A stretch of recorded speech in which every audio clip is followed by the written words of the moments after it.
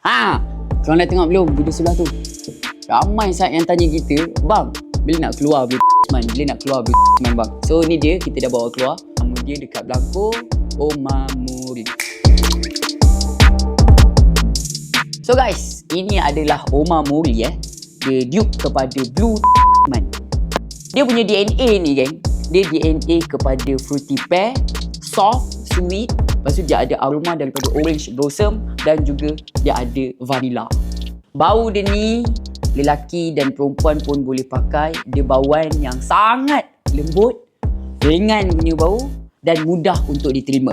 Sesuai untuk korang pakai dekat indoor, sesuai pakai dekat outdoor. Dan yang paling best sekali, dia bau yang tinggal belakang tau.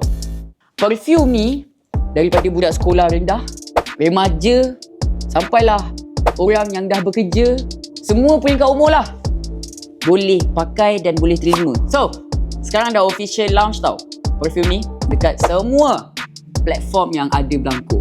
Tapi korang dekat TikTok kan, tekan beg kuning kat bawah sekarang. Sebab harga yang korang dapat ni adalah harga-harga orang yang terawal tau. Tekan beg kuning kat bawah sekarang.